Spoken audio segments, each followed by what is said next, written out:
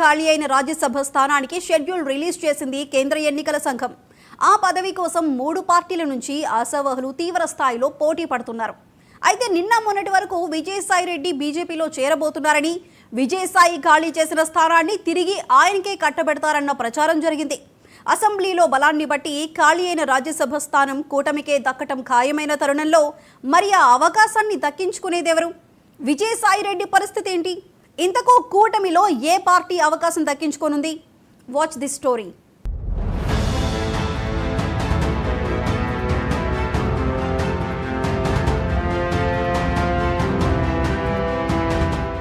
ఏపీలో రాజ్యసభ ఉప ఎన్నిక షెడ్యూల్ విడుదలైంది. ఏప్రిల్ 22న ఎన్నికల నోటిఫికేషన్ విడుదల కానుంది. మే 9న పోలింగ్ జరుగుతుంది. విజయసాయిరెడ్డి రాజీనామాతో ఈ ఉప ఎన్నిక జరగనుంది. ప్రస్తుతం అసెంబ్లీలో ఉన్న సంఖ్యాబలంతో ఈ స్థానం కూటమికే దక్కుతుంది. అయితే ఈ ఉప ఎన్నిక వేళ బీజేపీ నిర్ణయం ఏపీ రాజకీయాల్లో కీలకంగా మారుతోంది. వైసీపీకి సంఖ్యాబలం లేకపోవడంతో ఏకగ్రీవంగానే ఎన్డీఏ ఈ సీటు గెలుచుకోనుంది. కాగా కూటమి నుంచి రాజ్యసభకు వెళ్లే కొత్త అభ్యర్థి ఎవరు అన్నది ఉత్కంఠగా మారింది. రాజ్యసభ విషయంలో మాత్రం బీజేపీ పట్టు బిగించింది. ఏపీ విషయంలో తాము పట్టు విడుపులతో ఉంటామని, పార్లమెంటు అంశంలో మాత్రం తమ పార్టీకే ప్రాధాన్యత ఉండాలని బీజేపీ నేతలు మొదటి నుంచి భావిస్తున్నారు. ఏపీలో పొత్తు పెట్టుకుని ఎక్కువ లోక్సభ స్థానాల్లో పోటీ చేశారు. అంతేకాదు, గతంలో 3 రాజ్యసభ స్థానాలు ఖాళీ అయితే తొలుత 3 పార్టీలకు ఒక్కొక్కటి చొప్పున తీసుకోవాలని భావించినా చివరకు జనసేన త్యాగం చేయాల్సి వచ్చింది. నాగబాబుకు దక్కాల్సిన అవకాశం బీజేపీ ఖాతాలో పడిందన్న వాదనలు ఉన్నాయి. అయితే విజయసాయి ఖాళీ చేసిన సీటు కోసం బీజేపీ తమకే కావాలని తీవ్ర ప్రయత్నం చేస్తోందట. అటు పొత్తులో టికెట్లు త్యాగం చేసిన జనసేన, టీడీపీ నేతలు తమకే ఛాన్స్ ఇవ్వాలని పట్టుబడుతున్నారట. ఈ నేపథ్యంలోనే ఆ అవకాశం ఎవరికి దక్కుతుందన్న ఉత్కంఠ నెలకొంది.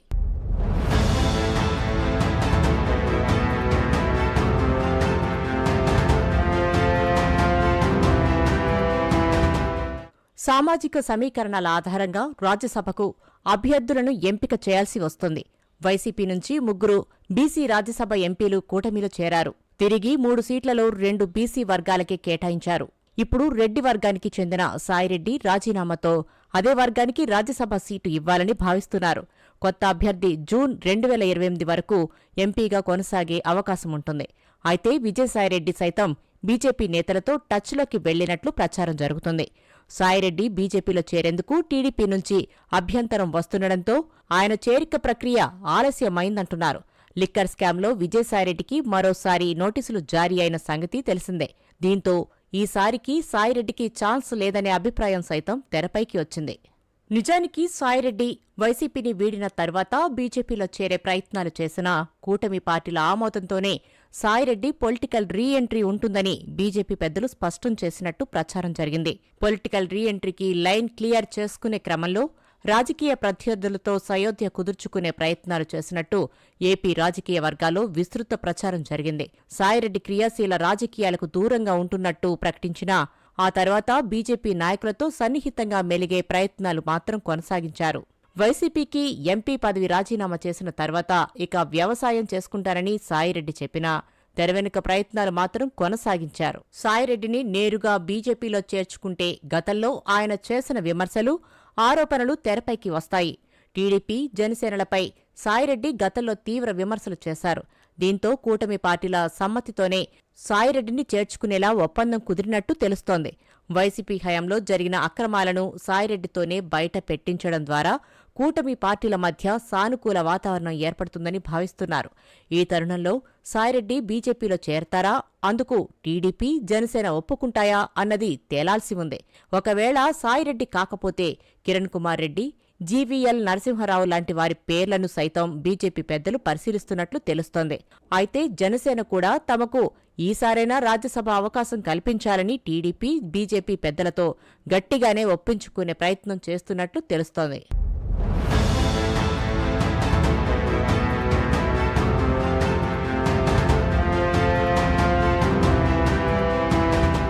ఇక జనసేన విషయానికొస్తే పొత్తుల వలస చాలా మంది జనసేన నాయకులకు ఈ ఎన్నికల్లో సీట్లు దక్కలేదు. కేవలం 21 స్థానాల్లోనే జనసేన పోటీ చేసింది. రాష్ట్రం కోసం తన బలానికంటే తక్కువ సీట్లు తీసుకుని పోటీ చేశారు. మొన్న నాగబాబుకు రాజ్యసభ వచ్చినట్లే వచ్చి చేజారిన పరిస్థితి. అసెంబ్లీలో, ఏపీ మండలిలో, అలాగే లోక్సభలో జనసేనకు ప్రాతినిధ్యం ఉంది. ఇక రాజ్యసభలో కూడా తమకు ఛాన్స్ దక్కాలని జనసేన కోరుకుంటోంది. జనసేన నుంచి పలువురు కీలక నేతలు ప్రయత్నాలు ముమ్మరం చేసుకుంటున్నట్లు కూడా ప్రచారం జరుగుతోంది. టికెట్ రాకపోతే కండువాలు మార్చేసే నేటి రాజకీయాల్లో ఇటు పవన్ కళ్యాణ్ను, అటు చంద్రబాబును నమ్ముకుని చాలా మంది నేతలు పొత్తులో తమకు పోటీ చేసే అవకాశం రాకపోయినా టీడీపీ, జనసేనల కోసం కష్టపడి పనిచేశారు. అటువంటి వారి కృషి వల్లే ఈ ఎన్నికల్లో కూటమి అఖండ విజయం సాధించిందని ప్రత్యేకించి చెప్పనక్కర్లేదు. ఈ తరుణంలో నామినేటెడ్ పదవుల విషయంలో తమకని పెద్ద ఎత్తున పోటీ వాతావరణం నెలకొంటోంది.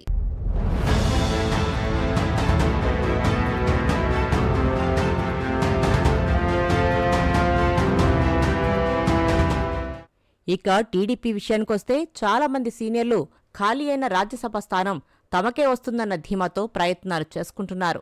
అయితే ఒకవేళ ఈ స్థానాన్ని టీడీపీ గనుక దక్కించుకుంటే అవకాశం ఎవరికి ఇస్తుందన్నది ఆసక్తిగా మారింది. అయితే టీడీపీకి అవకాశం దక్కితే వంగవీటి రాధకు ఛాన్స్ ఇచ్చే అవకాశముందన్న ప్రచారం రాజకీయ వర్గాల్లో సాగుతోంది. ఎందుకంటే కూటమి విజయం కోసం రాధ రాష్ట్ర వ్యాప్తంగా ప్రచారం చేశారు.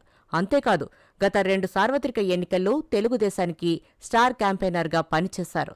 అంతేకాదు, చంద్రబాబు సైతం రాధకు ప్రాధాన్యత ఇస్తామని ఎన్నికల ప్రచార సభలో చెప్పారు. 2019 ఎన్నికలకు ముందు టీడీపీలో చేరిన వంగవీటి రాధ ఆ ఎన్నికల్లోనూ 2024 ఎన్నికల్లోనూ టికెట్ ఆశించకుండా పనిచేశారు.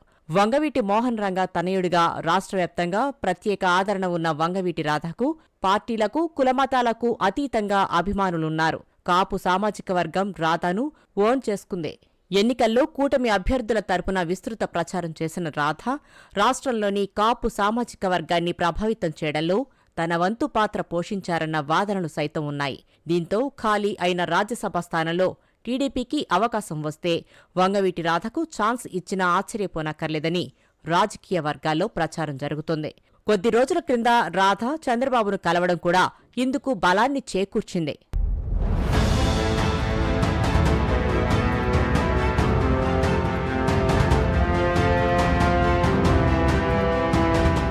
కూటమి పార్టీలో ఎవరికి వారే రాజ్యసభ కోసం ప్రయత్నాలు చేసుకుంటున్నా ఆ అవకాశం ఏ పార్టీకి దక్కుతుందో, ఏ నాయకుడికి దక్కుతుందో తేలాల్సి ఉంది.